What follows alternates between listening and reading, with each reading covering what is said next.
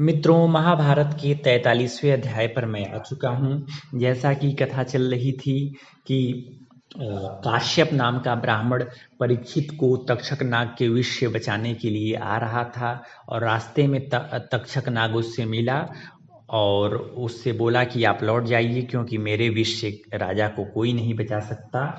तक्षक बोला कि अगर तुमको लगता है कि तुम बचा सकते हो तो मैं इस वृक्ष को डस दे रहा हूं और तुम इस वृक्ष को जीवित कर दो, तब मैं मानूं कि तुम्हारे अंदर क्षमता है। तो काश्यप ने कहा, अगर नागराज तुमको अपने विष का इतना ही अभिमान है तो इस वृक्ष को डसो, मैं इस वृक्ष को अभी जीवित कर दूंगा। काश्यप के ऐसा कहने पर नागराज तक्षक ने बरगद के पेड़ को डस दिया। जैसे ही सर्प ने उस बरगद के पेड़ को डसा, वह वृक्ष जल करके भस्म हो गया। फिर नागराज हंसते हुए कश्यप से बोला, क्या तुम इस वृक्ष को जिंदा कर सकते हो? तब काश्यप ने क्या किया कि उस वृक्ष की सारी भस्म राशि को, सारे राख को इकट्ठा किया और कहा, आज देखो मैं कैसे जिंदा करता हूँ, मेरी विद्या तो देखो। ऐसा कहकर के उन्होंने उस भस्म से वृक्ष को पुनः उत्पन्न कर दिया। पहले उसमें से अंकुर निकाला, फिर 2 पत्ते हुए, 2 से 4, फिर पल्लव, शाखा, और ऐसे ही धीरे धीरे करके वो पूरा वृक्ष 2 मिनट में पुनः वैसे ही खड़ा हो गया। काश्यप नाम के ब्राह्मण द्वारा जिलाए जाने पर उस वृक्ष को देख करके तक्षक नाग ने कहा कि अरे महाराज, आप तो बहुत चमत्कारी आदमी हैं, आप तो सच में बहुत खतरनाक आदमी हैं। इस वृक्ष को आप मेरे सामने ऐसे जिंदा कर दिए, ये तो बहुत बड़ी बात है। हे द्विज, हे ब्राह्मण, अब मैं मान चुका हूं कि मैं या मेरे जैसे कोई भी सांप के विष को आप नष्ट करने में सक्षम हैं। इसलिए आप ये बताइए कि आप राजा को जिंदा क्यों करना चाहते हैं? इससे आपको क्या फायदा होगा? आपको राजा से जो चाहिए वो हम ही से मांग लीजिए, क्योंकि कितना भी दुर्लभ चीज हो, आप जो मांगेंगे वो मैं दे दूंगा। ठीक? और आप क्यों जा रहे हैं राजा के पास? एक तो राजा को ब्राह्मण का श्राप लगा है, ऊपर से उनकी आयु भी खत्म होने वाली है, तो आप उनको जा करके जिंदा कैसे कर पाएंगे? हमको तो संदेह है, क्योंकि जिसकी आयु नष्ट हो गई है उसको जिंदा करना थोड़ा सा मुश्किल है। आप झूठ मूठ में जाएंगे वहां पर और अगर जिंदा नहीं कर पाए, क्योंकि श्राप लगा है ना, तो झूठ में आपका नाम भी खराब होगा। इसलिए आप हम ही को बता दीजिए कि आपको क्या चाहिए। तो काश्यप ने कहा, अरे मैं तो वहां धन प्राप्ति के लिए ही जा रहा हूं, अगर तुम ही मुझे धन दे दो तो मैं वहां नहीं जाऊंगा, लौट जाऊंगा। तो तक्षक ने कहा कि आपको जितना परीक्षित धन देंगे उससे ज्यादा ही मैं दूंगा, ये लीजिए और लौट जाइए। इस प्रकार तक्षक की बात सुनकर के काश्यप कुछ देर तक सोचे कि क्या किया जाए, लौटा जाए कि चला जाए। फिर चूंकि उनको भी ज्ञान था, वो भी जान रहे थे कि परीक्षित की आयु अब खत्म होने वाली है, तो जाने का बहुत फायदा है नहीं। इसीलिए जितना मन था उतना धन उन्होंने तक्षक से लिया और लौट गए। इसके बाद तक्षक तुरंत हस्तिनापुर में आया, जहां परीक्षित की राजधानी थी, और उसने वहां सुना कि परीक्षित मंत्रों के द्वारा विष उतारने वाली औषधियां सब चारों ओर उनके तरफ रखी हुई हैं ताकि उनकी रक्षा की जा सके। तब तक्षक ने सोचा कि राजा के पास पहुंचना तो बहुत मुश्किल काम है, तो हमको क्या करना चाहिए? चालबाजी करनी चाहिए, माया का आश्रय लेना चाहिए। तो उसने क्या किया कि सबसे पहले फल, कुशा और जल लिया और कुछ नागों को बुलाया और कहा कि आप लोग तपस्वी के रूप में राजा के पास जाइए, ठीक है, और कितना भी कुछ हो आप लोग बहुत गुस्सा में मत आइएगा। आप लोगों का काम बस इतना है कि राजा को फल फूल और ये पानी भेंट कर दीजिएगा। तो तक्षक का आदेश पा करके नागों ने वैसा ही किया। वे मुनि का वेश धारण करके गए और राजा को दे करके चले आए। राजा अब ऋषि मुनि के हाथ से मिली वस्तुओं को नकार नहीं सकते थे, ले लिए। तो अब क्या हुआ कि उन्होंने उन मुनियों को उसके बदले में धन दौलत भी दिया, इनाम भी दे दिया और बोला कि ठीक है आप लोग जा सकते हैं। अब वे नाग तो चले गए। अब क्या हुआ, जो कि मुनि का वेश, तपस्वी का वेश धारण करके आए थे। अब राजा अपने मंत्री और परिवार वालों को बुला करके बोले कि ये जो तपस्वी फल लाए हैं बहुत स्वादिष्ट लगते हैं, तो हमें लगता है कि हम लोग मिल करके फल खाना चाहिए। तो मंत्री सहित राजा उस फल को खाने लगे। अब वो तो विधाता का, विधि का विधान था और श्राप लगा हुआ था, तो राजा वही फल उठाए जिस फल में तक्षक नाग छुप करके बैठा हुआ था। कैसे बैठा हुआ था, तो एक छोटे से कीड़े के रूप में बैठा हुआ था। अब देखिए क्या हुआ, वह इतना छोटा था, उसकी आंखें काली थी। अब राजा उस कीड़े को हाथ में लेकर के मंत्रियों को दिखा रहे हैं और क्या बोल रहे हैं कि सूर्य देवता तो अस्ताचल की ओर जा रहे हैं, माने शाम होने वाली है, इसलिए अब हमको सांप से कोई डर नहीं रहा है। अगर मुनि सत्यवादी हों, अब मजाक क्या कर रहे हैं कि अगर मुनि इतने ही सत्यवादी हों तो यह कीड़ा ही तक्षक बन करके हमको डस ले, जिससे कि हमारा दोष नष्ट हो जाए। ठीक, अब मंत्री लोग भी हा हा हा हा ठकठकी लगा रहे हैं कि हाँ हाँ महाराज, ये कीड़े ही आप क्या करिए कि इस कीड़े से कटवा लीजिए तो हम लोग मान लेंगे कि आपको सांप काट लिया है। तो मंत्रियों की बात, मंत्रियों से ऐसा हा हा ही करके राजा परीक्षित ने उस छोटे से कीड़े को अपने कंधे पर रख करके कहा, ले भाई काट ले, और हंसने लगे। अब बेचारे मरने वाले आदमी, उनकी बुद्धि भगवान ने नष्ट कर दी। राजा हंस ही रहे थे और जो कह रहे थे वही हुआ। वो जो तक्षक था अपने रूप में आ गया और राजा के पूरे शरीर को क्या किया कि जकड़ करके खूब तेज गर्जना किया और राजा परीक्षित को डस करके मार डाला। इस प्रकार से 43वां अध्याय समाप्त होता है। अब हम लोग इसीलिए मित्रों कहा गया है कि किसी भी परिस्थिति में क्या करना चाहिए, अपने लिए कभी अशुभ नहीं बोलना चाहिए। इस बात का ध्यान रखिए, क्योंकि मुंह से निकली हुई कौन सी बात सच हो जाए हम लोग नहीं जानते हैं। हम लोग आ चुके हैं अगले अध्याय पर, यानी कि अध्याय नंबर 44। तो इस अध्याय में क्या होता है कि अब जब मंत्रियों ने देखा कि सच में तक्षक नाग ने राजा परीक्षित को बांध लिया है, तो वो लोग अत्यंत दुखी हुए और सब रोने चिल्लाने लगे।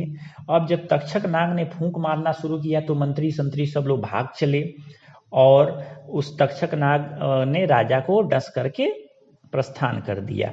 अब राजा को जब वो डसा तो उस सर्प के विष के प्रभाव से, जो कि महान बलशाली सर्प था, चारों ओर एकदम धुआं धुआं हो गया। और मंत्री भी अपने प्राण बचाने के लिए उस जगह को छोड़ करके बहुत दूर भाग गए कि सर्प के जहर के प्रभाव से बचें। और राजा भी बेचारे जल मर करके धरती पर गिर गए। अब क्या हुआ कि उनको अंतिम संस्कार वगैरह किया गया और उनका लड़का था, परीक्षित का लड़का था, बहुत छोटा सा जन्मेजय, मतलब एक बच्चा था, उसी को सब लोगों ने राजा बना दिया। अब जन्मेजय जो था वो बेचारा बहुत अच्छा लड़का था, मतलब बहुत जल्दी ही सारी चीज़ें सीख हो गया राजकाज संभालना। तो मंत्रियों ने देखा कि जब ये इतना पराक्रमी हो गया है कि आसपास शत्रुओं को युद्ध में नष्ट कर सकता है, तो उन्होंने काशीराज सुवर्णवर्मा से कहा कि भाई अपनी पुत्री वपुष्टमा को क्या करो कि जन्मेजय की पत्नी बना दो। तो काशीराज ने भी जब चारों ओर से पड़ताल करवाया और उनको पता चला कि जन्मेजय की हाँ जन्मेजय काफी योग्य आदमी है, तो उन्होंने अपनी कन्या वपुष्टमा का विवाह जन्मेजय से कर दिया। अब जन्मेजय भी बहुत खुश हुए और वपुष्टमा को जब पत्नी के रूप में पाए तो दूसरे स्त्रियों की ओर अपने मन को जाने नहीं दिए। इस प्रकार से वह अपनी पत्नी के साथ ही हनीमून वगैरह मना रहे थे। वपुष्टमा बहुत पतिव्रता थी और बहुत सुंदर भी थी और जन्मेजय भी उनके साथ काफ़ी सुख महसूस करते थे। इस प्रकार से 44वां अध्याय भी पूर्ण हुआ।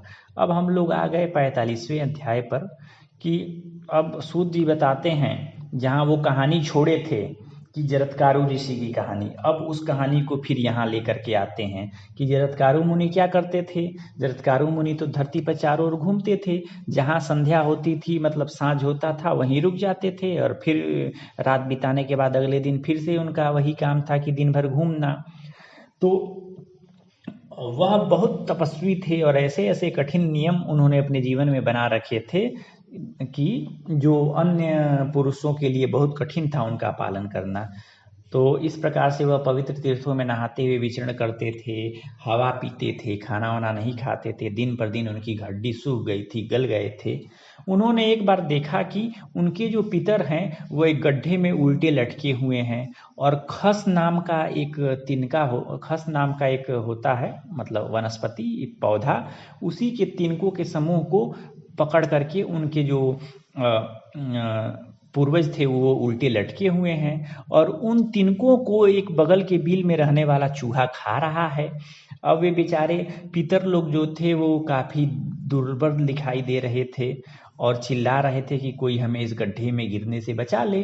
तो जरत्कारों ने उनकी दशा देखी तो वो बहुत दुखी हुए। उन्होंने कहा आप लोग कौन हैं और ये खस नाम के पौधे के गुच्छे के सहारे क्यों लटक रहे हैं? खस की जड़ें, इन जड़ों को तो यह बिल में रहने वाला चूहा काट रहा है, आप लोग तो अभी गिर जाएंगे।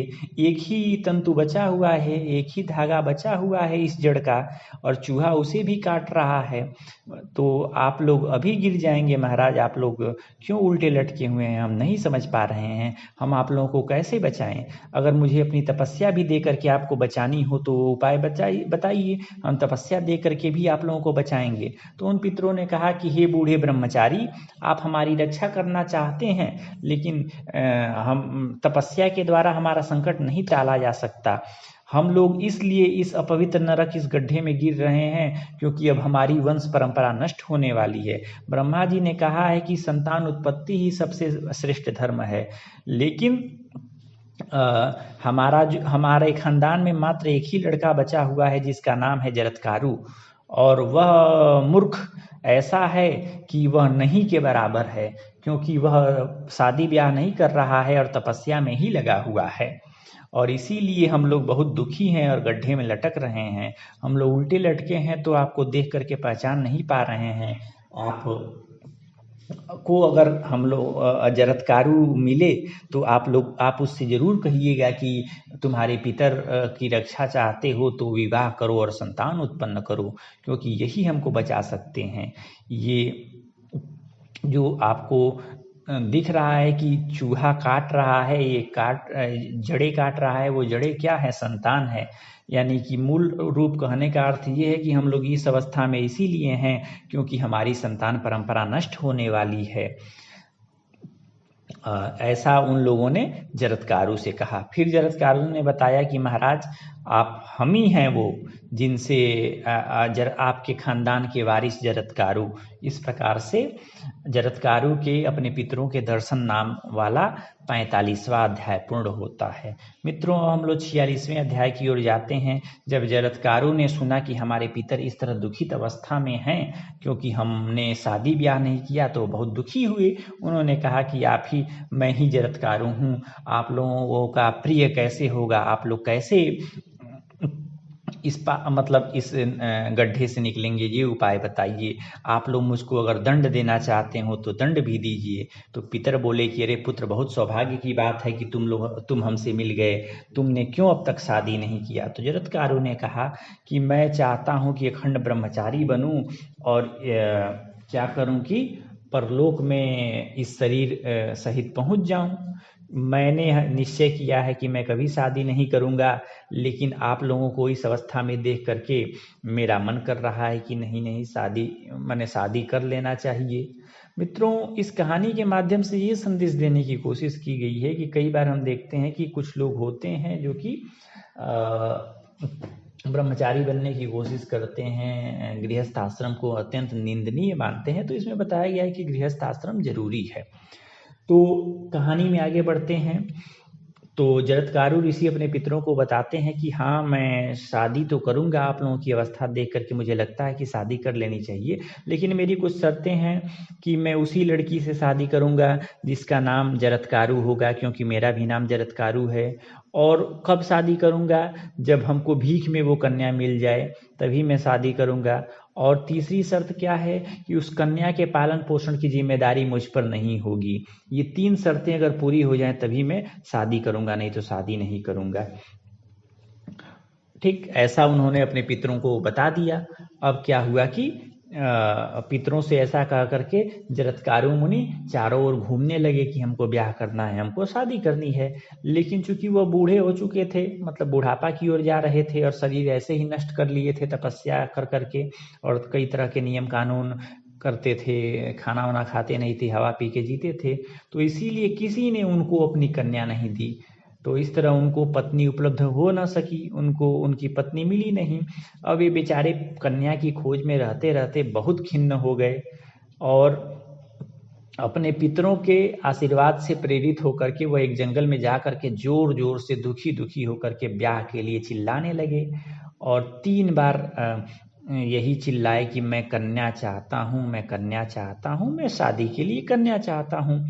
तो उन्होंने कहा यहाँ जो भी प्राणी हैं वो सुन लें कि मेरे पितर अत्यंत कष्ट में हैं और वो हमको प्रेरित कर रहे हैं विवाह करने के लिए।